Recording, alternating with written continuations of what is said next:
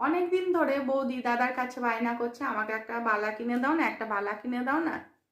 তো দাদা রোজ ভাবে কি, বালা চাইছে যখন, ঠিক আছে আমি যাই একটা ইমিটেশনের দোকানে গিয়ে একটা বালা বলছি দাদা কেমন বালা কেমন দেখতে হয় আমি তো জানি না, আমার স্ত্রী তো বালা চাইছে, তো একটা বালা একজোড়া বালা দিন তো। তখন সেই দোকানদার একজোড়া বালা দিয়েছে, বালা এনে বউয়ের হাতে দিয়েছে। বউ দেখে খুব খুশি হয়েছে। প্রথমে ভেবেছিল হয়তো সোনাই হবে বা সোনার জলে ধোয়া টোয়া হবে।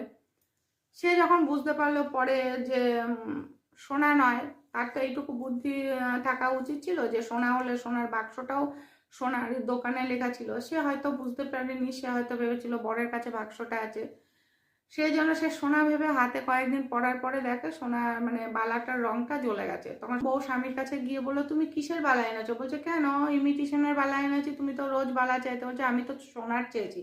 বলছে তোমার কি করে ভাবলে এত টাকা দিয়ে আমি তোমার বালা কিনে দিতে পারবো?